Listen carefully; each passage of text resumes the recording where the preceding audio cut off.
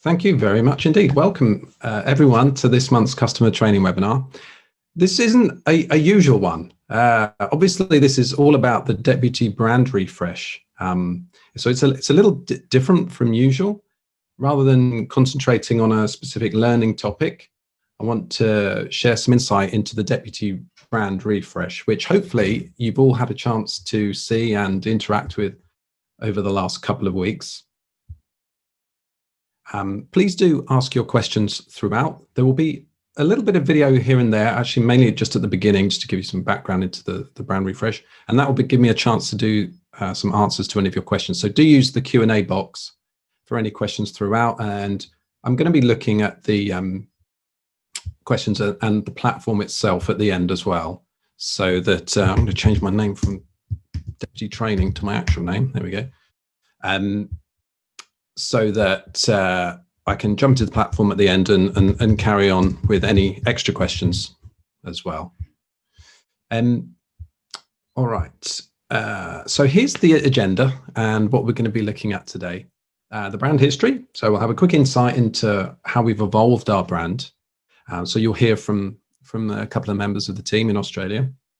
We'll have a look at our new logo and the colors and the overall design. Then we'll have a quick look into how our branding represents our customers all over the world. A look into the actual product itself and what's new and what's different there and what the changes are across not just the web app, but also the mobile applications as well. And as I say, yep, we'll cover any questions at the end as well. And there's ways that you can provide feedback, not just today, but going forward in the platform as well. And we can talk about how we listen and we continue to improve as well. Now, I'm going to kick off the webinar with a little bit of video. So I'll go on mute in a second. It's just a 4-minute video, but it's really nice to give you a little background insight into the brand development from the team behind the design. Thought it'd be fun to take you on a trip down memory lane. I'm sure a lot of you don't know this, but we actually used to be orange and black from around 2008 to 2012. So we even ate orange things, and you'll see our first iPhone app. It was orange. That was one of my first projects at Deputy. But we felt the orange was not only piercing to the eyes, but also wasn't super welcoming. So we changed to blue. We actually literally changed everything to blue. We repainted the doors in our office from orange to blue. We introduced illustrations who had blue hair, and potentially we went a little bit too far and had 50 shades of blue everywhere. So in order to, inject a bit more personality into our brand, we started adding more color and illustrations, and have to give a shout out to Nina, who's our creative lead, who's really done a great job over the last couple of years injecting this personality into things. But we think we can make an even greater impact and push our brand even further. So in 2021, we're going to launch a brand new brand identity. And we're going to come out of this pandemic even stronger. So I'm going to switch it over to Liam, who's going to talk about why we're doing this now. Sure. Thanks, Lizzie. So, team, there's a couple of reasons, really. The brand is a reflection of who we are to our customers and who we are in the market and who we are to each other. And a lot has changed since we last kind of sat down and consciously did an end-to-end review of that brand. We've done evolutions and made alterations, but that's kind of been an organic response to different needs. But in terms of sitting down and having those bigger questions, it's been a while. Some of you may have noticed that this has been a weird year. And so, we thought about what's the right timing and why now.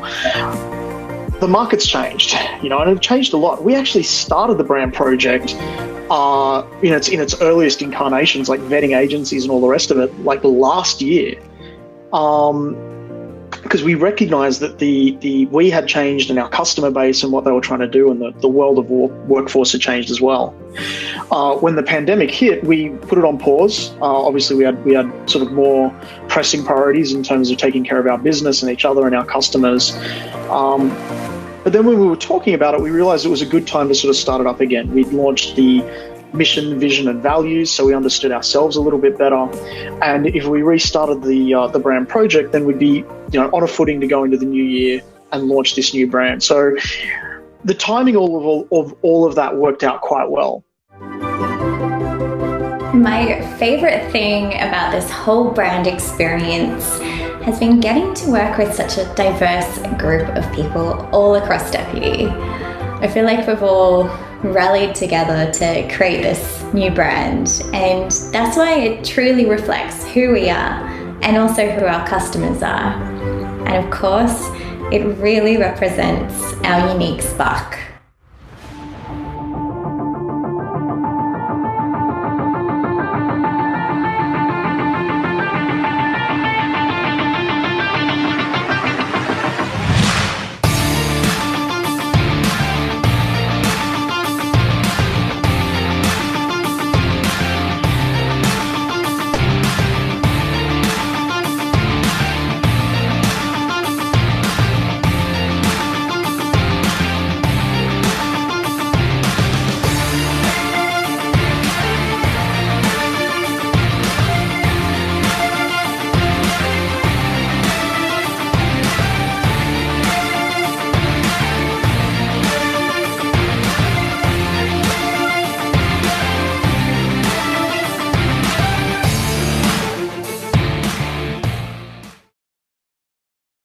There we go.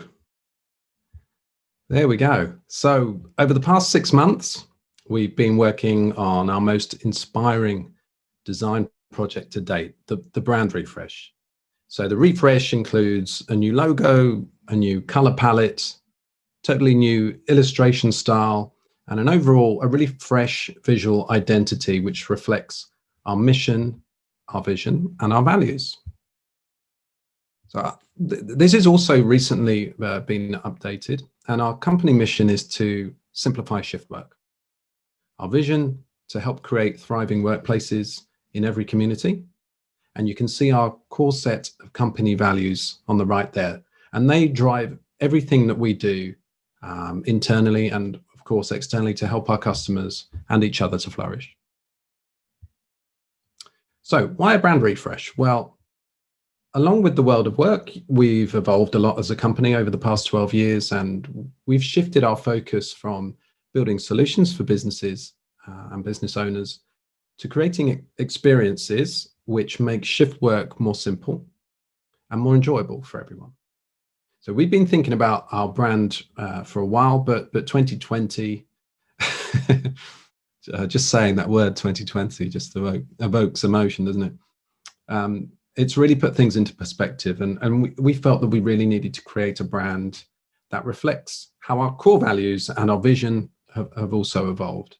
And importantly, a brand that resonates with all of the diverse people we support globally. And this journey began with rethinking our logo. Just looking at this now, it already looks dated to me. Our previous star logo, it's been part of Deputy for the past 12 years, and sometimes change, both internally and externally, means saying goodbye.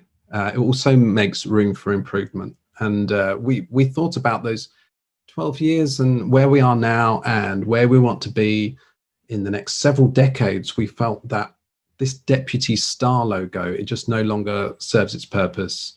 At the outset, we wanted to design a new logo which feels less authoritative and more welcoming, intuitive, and trusted. So we want a logo that represents us and the customers, you guys too. So this is our shift to Spark, the Deputy logo. So you've seen the Deputy Spark logo, and the Spark for you might be shining an open sign on your business for the first time. For your store, it might be the store manager who implements new health and safety precautions. For your team, it might be the waitress who goes the extra mile to deliver an enjoyable meal. And for us at Deputy, it's the opportunity to provide businesses and teams with tools to simplify shift work. So our new logo not only reflects one individual spark, it represents all of the people who come together to create a thriving workplace. Yeah, we believe our logo is simple yet meaningful, and it reflects our passion for collaboration and inclusivity. So to accompany our sparkly logo, we've created a vibrant color palette as well to replace all of that Deputy blue. But we think one of the best ways we can express our unique personality and to help you find things in our product is with a more expansive and a more accessible color palette. So you can see here as it swishes across from the old style to the new style. With the new colors, we've improved the accessibility of all our apps. So our users with visual impairments will find the apps easier to use. And of course, our passion for diversity, equity, and inclusion is reflected not only in our expansive color palette, but also in new illustrations too. And we absolutely love the fact that our customers are from communities all around the world. And so we're on this mission to make sure that all of our illustrations and color palettes, all the design really does reflect the diverse, thriving workplaces that we support. So we drew inspiration from the people who use our apps, like nurses, bartenders, store managers, to name just a few there, to create a more colorful, a more expressive, and a more relatable illustration style. So our brand not only reflects the fun team working behind it at Deputy, but also anyone and everyone that uses the platform. And we really would love to hear any feedback that you have about any of these changes. So the logo, the Deputy Spark, as we call it, shows that when you bring together three core elements, business owners, managers, and teams, you get the spark.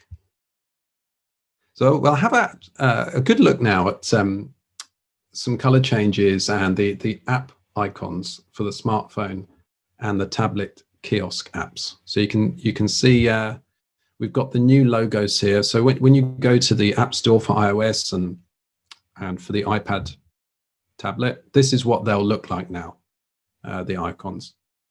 So the smartphone app has got the Deputy Spark on the white background, and the iPad and the Android tablet kiosk apps will have this green spark logo on the deep blue background there. So I've just created this GIF here just to run you through what it looks like on the iPad here, and I'll just go through all the different sections. So the setup, the login, the overall configuration of the iPad app itself, it hasn't changed. But you can see as I go through each tab here, the new Deputy colors are applied throughout. So everything's clearer, it's more defined, it's more detailed, things are more separated. So it should just be easier to see and interact with. I suppose one important change to note is that one there, the start break. So it's changed color from yellow to purple. Anything that changes like significantly like that is not just because we thought, oh, that looks nicer. A lot of research and thought has gone into this. It might seem like such a simple change, but we've got to make it certain that anyone who has, a visual impairment or anything, can still make the best of the apps. And this is the new smartphone app design. So along with some of the logos of the tabs at the bottom there, which are now more clear and more defined, this is the iOS version, I should say, but the Android version is near identical in layout and functionality. Really, the only poignant change again is that start and end break button you can see there as purple instead of yellow.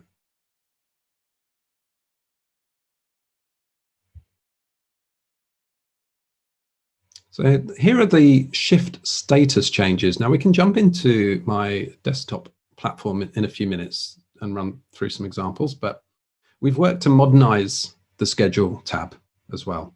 So we not only with the color changes, but we've removed unnecessary lines added a little bit of extra spacing, and just generally tidied everything up a bit. And as part of the updates, we've simplified the shift status colors so that unpublished shifts that used to be yellow are now gray, and empty shifts are white.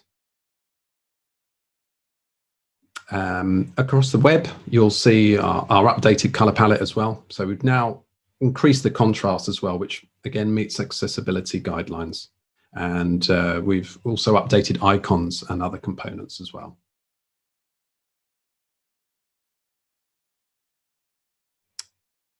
Yes, so please have your say in the Q&A here, and also use the help section in the web app, which I'll show you in a second. Reference this recording. Okay, I will. Yes, I've been recording this so that you can watch this back if you need to, and send it to anyone who might have missed out. And we will be having go back to our regular series of how-to guides and more deep dives into the various aspects of the platform at the end of March as well.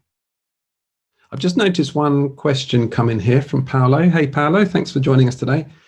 It says, does the new version have a health questionnaire with COVID-19 related questions as soon as you log into your account? If so, how does it work? If not, are you going to create one? Yeah, good question. Thanks, Paolo. As far as I know, there's not like a preset set of shift questions like a health questionnaire. It is very straightforward to set them up, and I'll point you to the direction of where that is in a minute. Yeah, let's jump into the platform now. Here we go. That was seamless. I'll talk about the setting up shift questions in a minute, but let's take a look at some of the differences between these shifts. All right, now you can see in my shifts here that I've actually put in the shift notes what they mean. So you won't actually see that text underneath saying published and empty. That's just me. I put it in the notes just to make it clear for today, so you know which ones are which. So the white ones here with the outline, empty shifts. Published open shift is green, but with the pink circle around it and the open sign here. Regular published, just green. Filled published shifts, and then we've got unpublished shifts being grey, and then an open unpublished shift is grey, but with the ring around the edge there. Sophia says, just an FYI, it's taking time to get used to grey no longer standing for empty shifts. Yeah, I do appreciate that for some people there's going to be just that little sort of mental switch as to what's what. You'll get used to it very quickly. Like we are getting a lot of feedback about this. Most people are really delighted with the changes. I completely get it. Like, you know, we change something and you're very used to the way something is. Just from a visual glance, you want to know what's what immediately. And something that can help whilst you get used to the changes is to scroll across the shifts and which are which by clicking these down here, these tabs down here. So these aren't just indicators of how many shifts you've got at each current status. You can actually interact with them. You can click on these. And if I keep clicking the same button, it cycles through all of that type of shift on the page in this view. So it's easy for me right now because I've got, you know, just a handful of shifts here, like 20 odd shifts. So I can actually see everything on one screen, but I can imagine in your guys' businesses, you will have a lot more than this. So if you've got a whole page of shifts and you want to know quickly where the unpublished ones are, you can come down to the bottom here and just click on, you know, whichever ones. So I've got 3 that are empty, so I can cycle through those 3 quickly. So wherever you are on the page, I'll just scroll down a bit. It should jump. There we go. It will jump to what you want to look at quickly. There's the unpublished ones. These are the open ones. As I click, it cycles through, and it just goes around in a loop. So I think that's pretty useful, and hopefully it will help whilst you're getting used to the color changes to know which are which and to quickly get to those relevant ones. Okay, let's take a look at a few more questions that we've got here.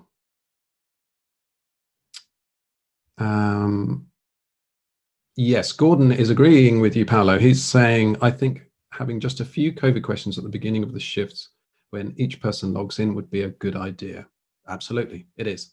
Let's cover that one now. So to create those shift questions, which is pretty easy to do, if you go up to hello and then your name up here, you can go to business settings. Business settings gives you a set of overarching tabs at the top here. If you go to timesheets, because technically the question and the answer of the question is going to be tied to a timesheet because it's the person at clock in and clock out potentially. And here you can see the shift questions tab. So if you click into this, now I've actually got one that's pre-configured on my account here.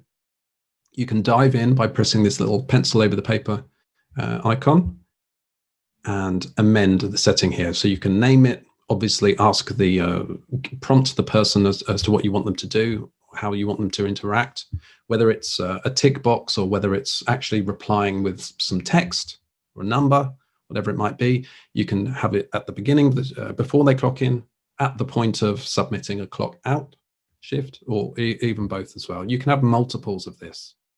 You can assign it to particular areas or everywhere. You know, it's pretty detailed as and varied as to what you can do. You can also have it so that if if an answer to a question means that perhaps they shouldn't be able to clock in. Have you been experiencing symptoms of COVID-19? They click yes. You can actually block them from clocking in. So that's under the custom shift questions here. So to get to that, just to show you again, it's hello and your name, business settings, and it's on the timesheets tab here. Click into shift questions and you're off. Now we do actually go into more detail on that whole topic. Actually, this is a nice time to mention. In a previous webinar, if you go to deputy.com/training, which of course I highly, I highly recommend everyone bookmark. You'll see here that we've got a whole library of training videos and guides. Now, you will find on a previous webinar, if I just keep scrolling down, previous webinar trainings here. I didn't know you could do that in Deputy. That's a good one. That's lots of tips and tricks. That was the one I did just before Christmas.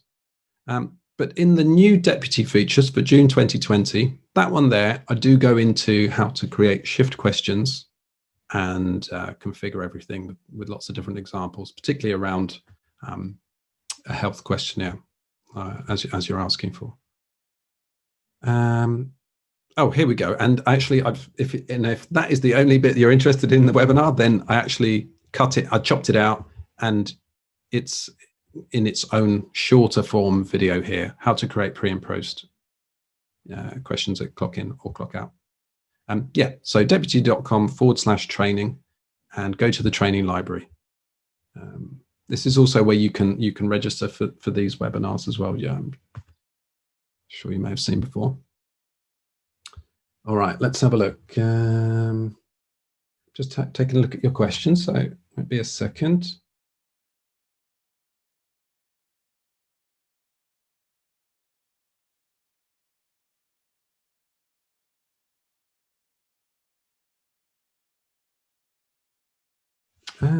Sarah, that's a tricky one because it requires me asking a lot more questions about your setup. But Sarah is asking, we've had a few times where it's duplicated staff members on the app. I think it may be because we have myself and another admin user updating, perhaps at the same time. No, but wondered if anyone else had a similar experience. We need to log out and back in quite frequently to refresh things. Yeah, it's very hard for me to answer that without taking a look at your own account individually, Sarah.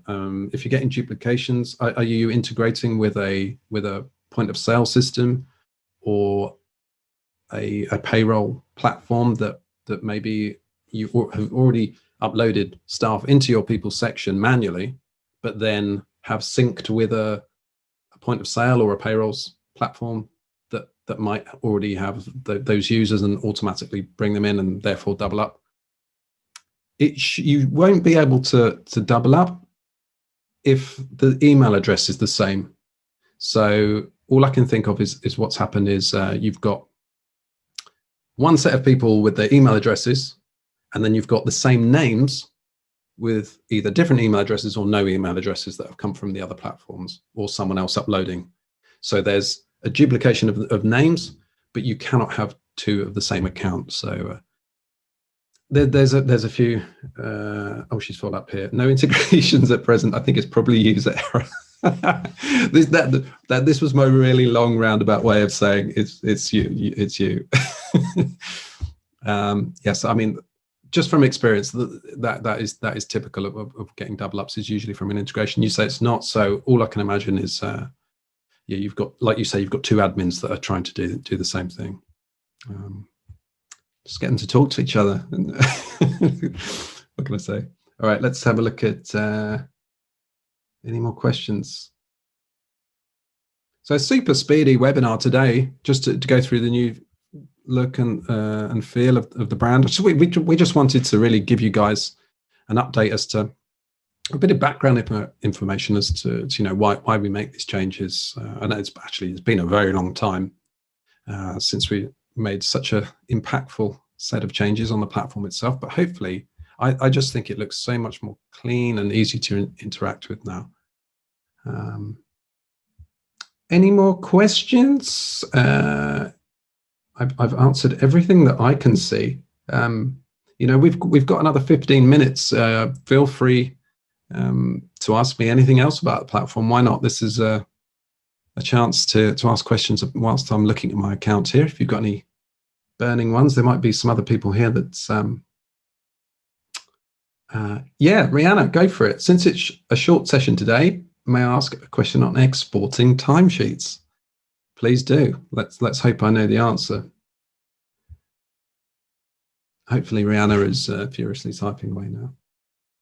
I'll tell you what, I shall get to the timesheet export section in advance. Come on, Rihanna, what's your question?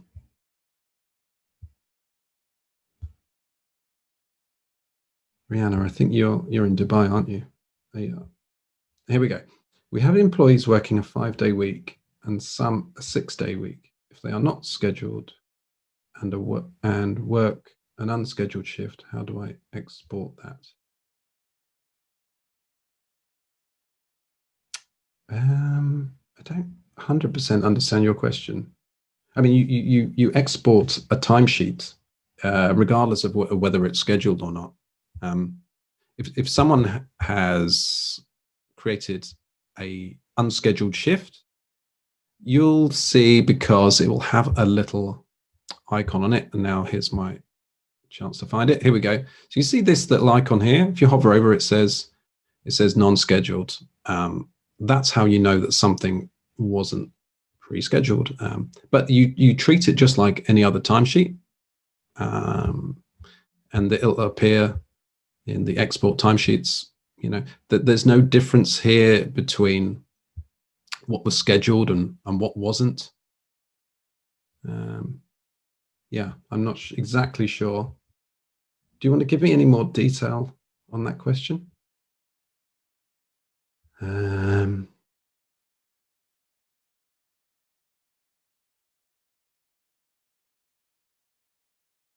Oh, she goes on to ask, or if they work 48 hours, how do I see overtime? On export, there is only option for a 40-hour week, not 48 hours. I'm going to have to take that one offline, Rihanna, because I don't exactly know what you mean. But I mean, you can see overtime in the report section.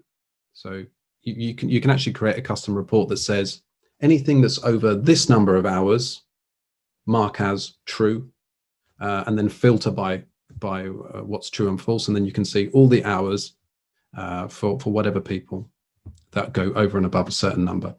that if you want to see how to build that, guess where I'm going to take you. That will be in the reporting and exporting. Oh, actually, there's probably two. It'll be in Deputy Reporting 101, certainly, because I definitely make an overtime report in that.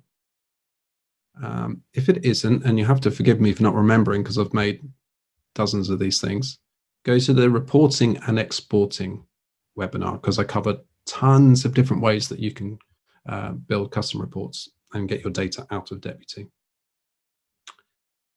All right, let's. There's been a couple more questions coming now, so let's have a little look.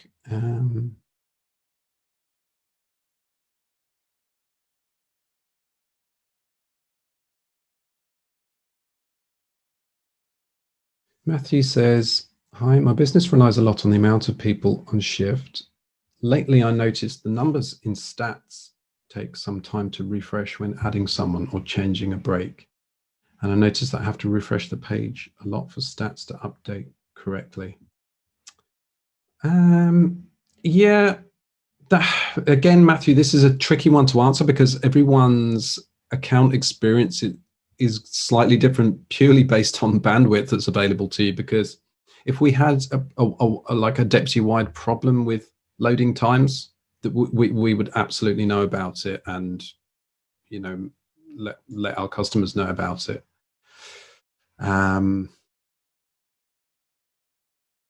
I guess if you've got hundreds and hundreds of shifts that you're amending at any time on the schedule page, and you go to, so you're referring to this stats button here, making changes, and the numbers not updating here very quickly. I don't know what to tell you. Like, I'm lucky here. I've got good broadband, but I personally, I'm logged into an account here that is exactly the same as any other customer account. I don't have that problem, so I can't help with that one specifically. What I would say is definitely always use Google Chrome if you can, or Google Chrome, well, just the modern browsers, Google Chrome, Firefox, Safari, Microsoft Edge. All of those should work absolutely fine. What I would say to everyone is completely avoid Internet Explorer at all costs, because it's not updated or supported by Microsoft anymore, and we do run into trouble with it glitching various aspects of Deputy. So avoid Internet Explorer. It's old, it's defunct. Use Chrome. Yeah, also, Matthew, I would say, like, one other thing you can try is refreshing cache. So there's actually a shortcut that one of my wonderful colleagues showed me. Whilst you're on a Chrome tab, if you do Command Shift and R, so Command or Control Shift R if you're on a PC, that automatically resets your cache, clears it out. That should help. Any more questions, guys? Happy to answer anything. Oh, Emily has raised her hand. She's like, Emily, what can I do for you? Oh, because you've put it in the chat. If you put questions in the Q&A, then I can see them easier. But let me just have a look at the chat. Same with Matthias, actually. Thank you. Please put your question in. I'll read it this time in the chat, but if you can put questions in Q&A, it's helpful because the Q&A goes out with the recording as well, so people can see the questions and answers. Emma, sorry, not Emily, Emma. How do I export holidays taken between 19th of Jan and 18th of February? Yeah, you can do a pretty simple leave report. All you need to do is just filter by the date range. This is a pretty straightforward one. If you go to reports and report builder, create a new report, base it on leave, load that template. So this will bring in all of the common fields needed. So number of days, number of hours, and the leave type name. You can completely edit and personalize this. So if you click on edit report, you can see you can click away these fields. So some of these you may not want to see, for example. So maybe you don't have leave types that track in hours, so you could just get rid of that one. You can filter it by the leave type name, and also start and end date. Wait a second, how do I export holidays? Taken between 19th and 18th, yeah. So we go to filters, so you can click on configuration filters, or even quicker than that, actually, click on this one, goes to the same place. And we'll do date start. You do custom is between, and then obviously you choose your dates. I won't bother to do it now. You choose your dates, let it run, and there you go. If you then want to group it by a leave type, you can click group by, select the column that you want to filter it down to. So we do leave type name. There we go. You can do it in chunks there. So you can get the total number per leave type. See, it's now grouping it. So between my dates, which I didn't put in, but pretend I did, it's this number of days for this leave type, this number of days for this leave type, etc. Hopefully that helps. And we've got another question here from Matthias. What's the exact difference between unavailability and leave request for me when I'm scheduling for next month and for the employees? Yeah, so by default, unavailability doesn't require an approval, whereas a leave request does. Even whether it's a paid leave or if you have an unpaid leave option that you want the staff members to select and to request, to select as a request, then that does require an approval. So unavailability as a manager, like you can add to someone in their profile like this. You can add multiple ones as well. So if they have, various different types of unavailability, it doesn't have to be all day. You can actually choose the start and end times that they shouldn't be scheduled, excuse me, whether it repeats or not on certain days of the week, monthly, bi-weekly, whatever. And when it ends, if it does, and the note. So the staff member themselves can actually do this from their smartphone app as well, or from their online login. And you can do it on their behalf by going into their profile. Either way, it doesn't require any approval. It still shows on the schedule page, but it shows slightly differently. You'll need to go to employee view, any of these, to be able to see people's leave or unavailability. So here's leave here. That's what that looks like. And this is what unavailability looks like. You can see it's kind of blocked off. It says NA on it. If you hover over it, it should give you the reason. There you go.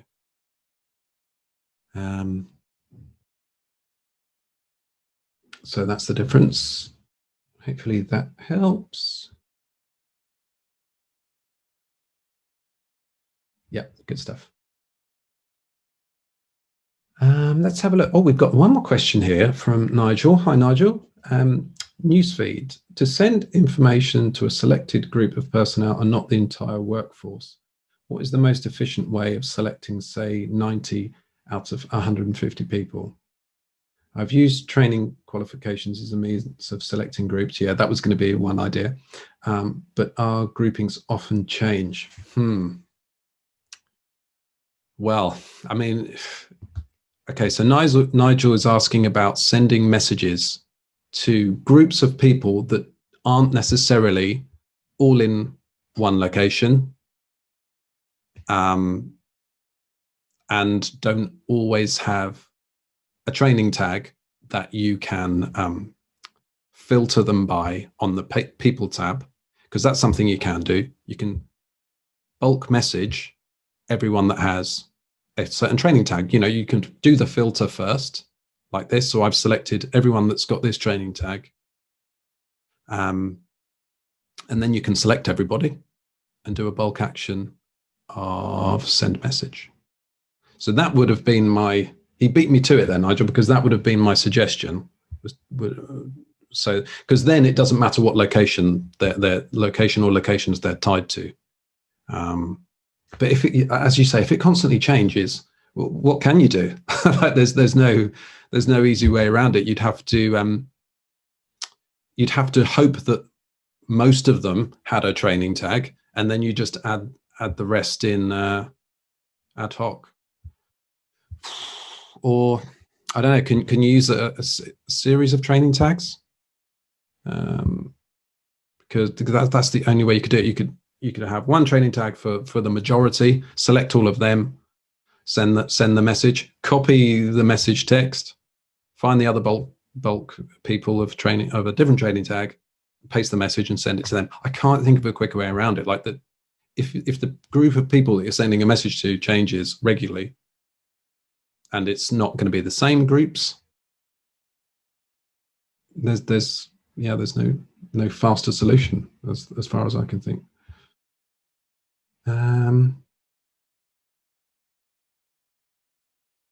Any more questions, guys? We've got 2 minutes, because I tried to limit this one to just 45 minutes today, because it's more about the branding and not necessarily. We've actually probably spent just as much time going through product Q&A, which is the way it always goes. But I love talking about it, so happy to answer these ones. Any more questions? I'll just give it 30 seconds or so to see if anyone's.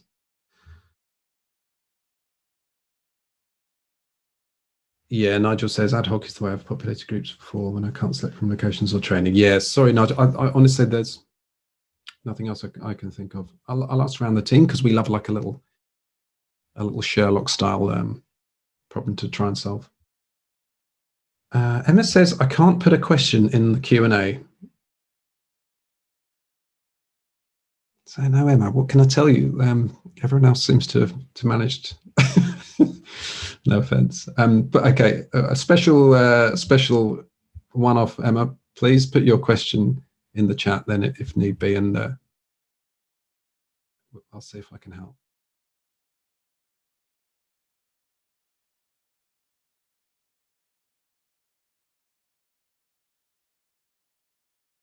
Whilst you're typing away there, actually, Paolo's got another question. He says, when a shift is made available for EE to be picked up, what's EE? Do you mean everyone?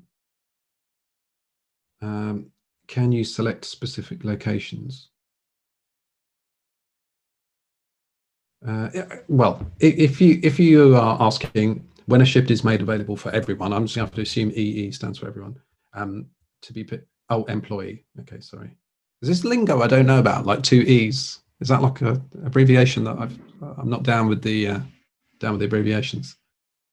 Okay, so he says when a shift is made available for employees to be picked up, can you select specific locations?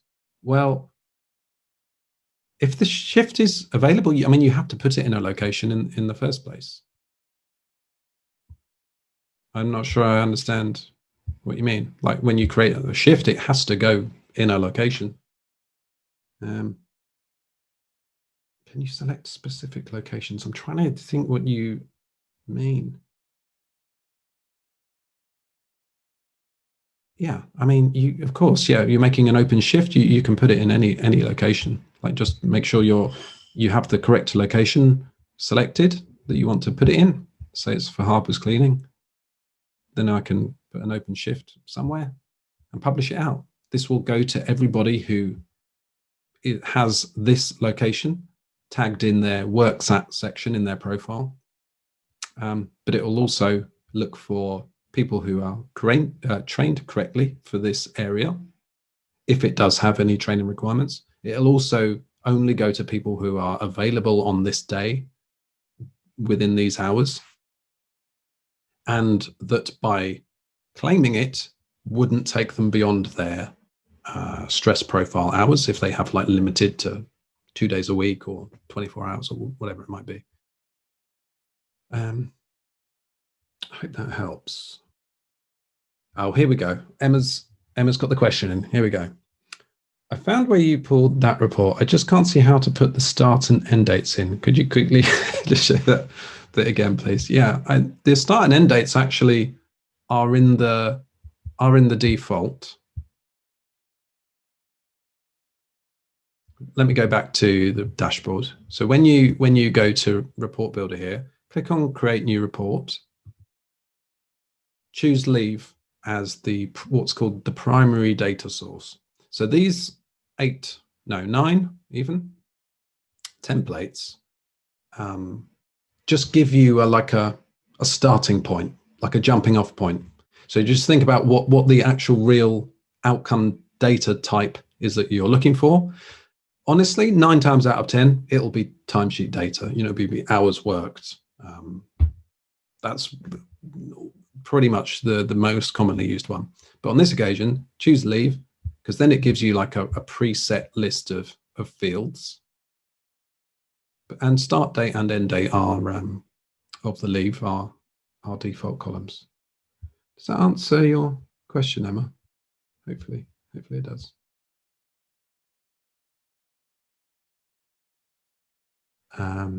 But yeah, like I say, that I've done a few videos on leave management now, and the reporting and exporting ones. Oh, she says no. Oh, Emma, I'm not letting you go until I've answered your question. She says no. I need to know what leave has been taken between those 2 dates. Yeah, that's what this report says.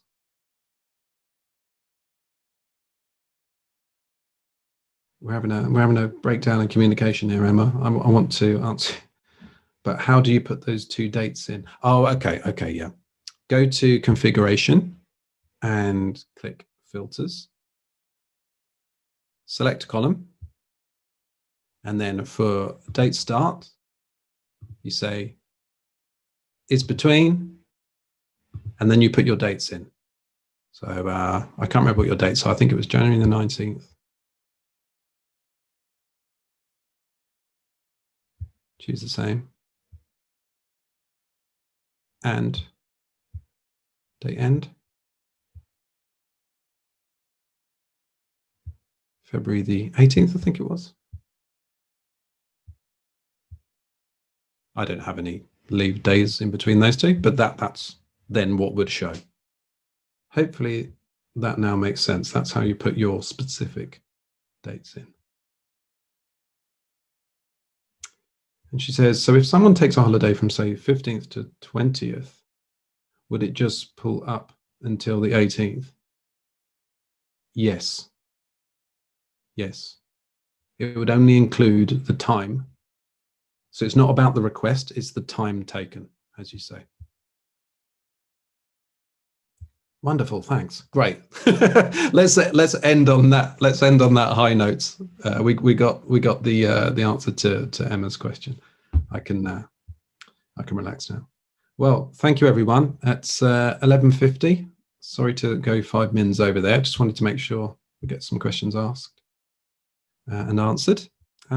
It's been brilliant. Thank you all for joining me. Next month we will go back to a more traditional training thing, but it won't be me, because my role's moving a little bit, and I do more of the background stuff now. So I will be introducing my wonderful colleague, Christy, who's going to be taking you through all the smartphone apps. So we're going to do a really thorough smartphone app guide to how best practice, how the employees can use them, how the managers have more administrative features and functionality, not just on the smartphone apps, but on the kiosk as well, how to set it up, how to run it.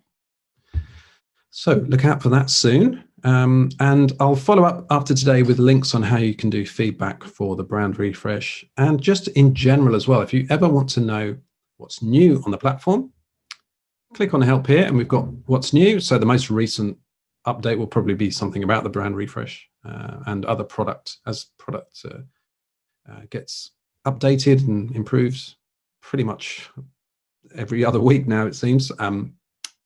You'll be able to find out what's changed here. Yeah, and give us feedback here. If you click on that, it comes to this type form where you can spell out, you can go to the exact bit, newsfeed, which particular part of newsfeed, notifications, and then you can give us a quick one-line summary of your idea and feature. And we gather all of these, and we absolutely improve the product for the ones that get the most similar feedback requests. All right, and on that note, I shall let you all go. Thank you so much for joining me today. It's always a pleasure, and we'll speak again soon. Cheers.